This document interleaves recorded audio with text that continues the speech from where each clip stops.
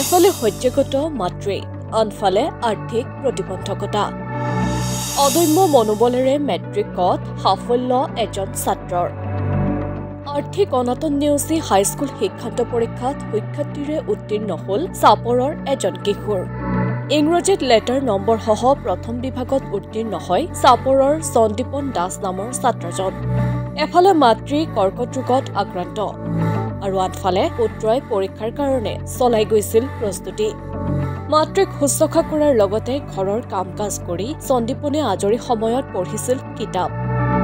আৰ্থিক অনাটনৰ বাবে পুত্ৰক দিব পৰা নাছিল কোনো এটা বিষয়তে টিউচন পুত্ৰৰ সফলতাত সুখী পিতৃ-মাতৃয়ে এতিয়া পুত্ৰৰ উচ্চ শিক্ষাৰ বাবে চিন্তিত হৈ পৰিছে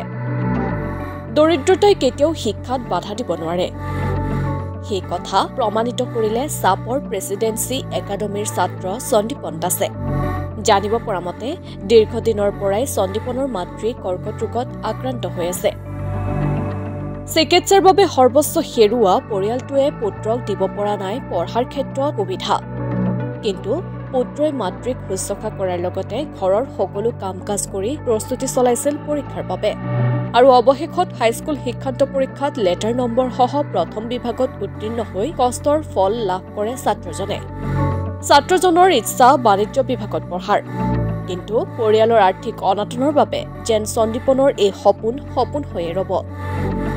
আগন্তুক দিনত শৈক্ষিক ক্ষেত্ৰত চৰকাৰ তথা বিভিন্ন দল সংগঠনৰ ওচৰত সহায় বিচাৰিছে সন্দীপনৰ পৰিয়ালে মোৰ নাম সন্দীপন দাস প্ৰেছিডেন্সি একাডেমীৰ পৰা পাছ হৈছোঁ তো মই এৰাউণ্ড 63% লৈ পাছ কৰিছোঁ লেটাৰ এটা পাইছোঁ ইংলিছত লেটাৰ পাইছোঁ এতিয়া মই কমাৰ্চ লৈ পঢ়িব ইচ্ছা আছে তো এতিয়া মানে ফেমিলি ফাইনেন্সিয়েল ইছ্যুছৰ বাবে এতিয়া অলপ প্ৰব্লেম দেখাই আছে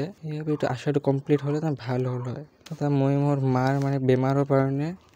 কাৰণে মই ভালকৈ পঢ়িব পৰা নাই তাৰ বাবে মই আৰ্থিকভাৱে